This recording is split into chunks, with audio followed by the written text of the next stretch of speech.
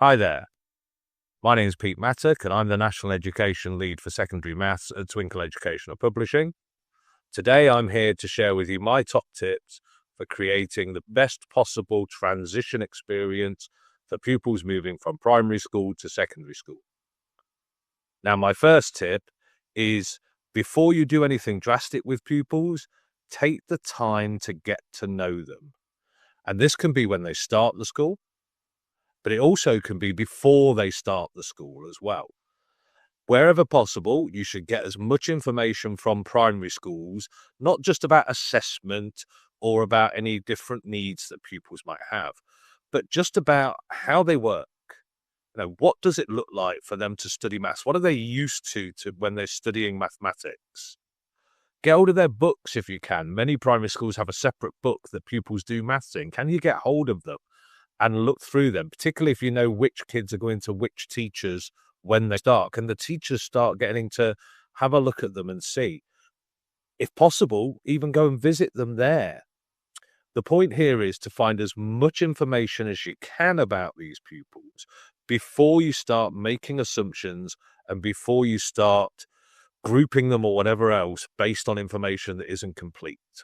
I don't know about you, but whenever I used to run setting discussions in my department, I would always have it with the teachers there so they can add context to what the pupil's assessment scores and other information says. Without that context, you're going to be making assumptions about pupils that it might not be safe to make.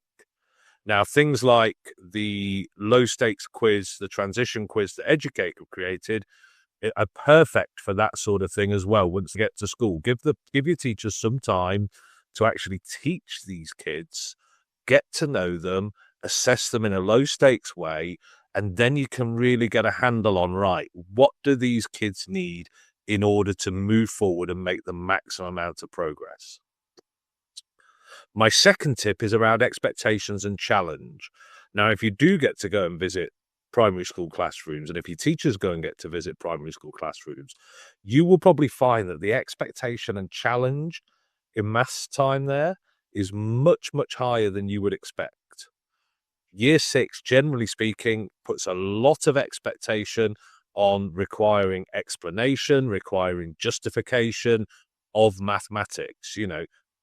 80 marks out of the 110 are from the reasoning paper, and teachers in year 6 do take that seriously and, generally speaking, make sure kids are really challenged to explain, justify, and reason.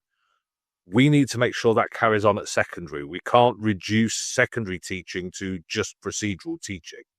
The school grouping study that UCL did, published by the EF quite recently, had some real things to say about mixed ability than setting, but about the level of challenge that a lot of pupils starting year 7 and into year 8 are facing.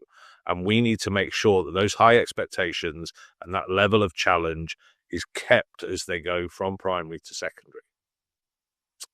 Now, in saying that, my third tip is there is a real scope here for consolidation of Key Stage 2 knowledge. We all know, if we've been working in the secondary classroom for any length of time, that knowledge of certain areas from Key Stage 2 can be a bit shaky, particularly after they've had that time off of studying maths following SATs and into the summer.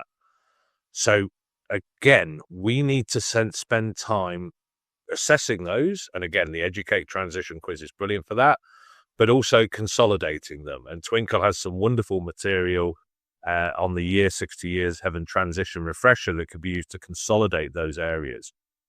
I'm sure you'll know what those areas are anyway, and it will be different for every student. But if you've not seen it before, Dr. Tony Gardner's book, the late great Tony Gardner, he did a book in 2014, I think it was, called Teaching Mathematics at the Secondary Level.